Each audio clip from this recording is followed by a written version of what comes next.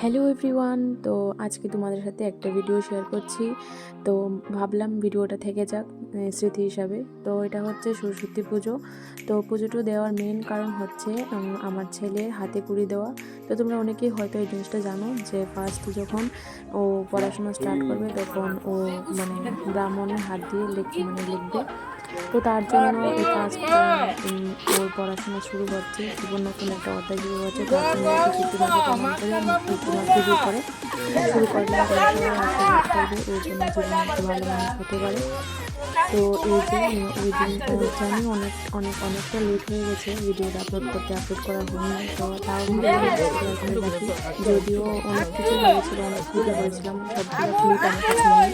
তো ভাবলাম যেটুকু আছে তোমাদের সাথে শেয়ার করি। তো এই যে পুজোটা হয়ে গেছে, তারপর এই যে ব্রাহ্মণ মশাই, তো উনি একটু দেখাচ্ছে ও সব কিছু। এই যে আমার বাবু সোনাটা। তো তোমরা ওকে সবাই মিলে আশীর্বাদ করবে। অনেকটা দিন পর ভাবলাম আবার শুরু করি ব্লগ। কারণ কি জানো তো, ভিডিও করতে করতে না ঘুমো শুরু হয়ে যায়। তো ভিডিও ছাড়া বন্ধ করে দিই, এরকম করে কিন্তু আমি আজ থেকে সব কিছু ঠিকঠাক করছি, সব কিছু হবে। নতুন করে সব কিছু শুরু করবো। তোমরা সাপোর্ট করো প্লিজ, তোমাদের সাপোর্ট ছাড়া কোনো কিছু হবে না।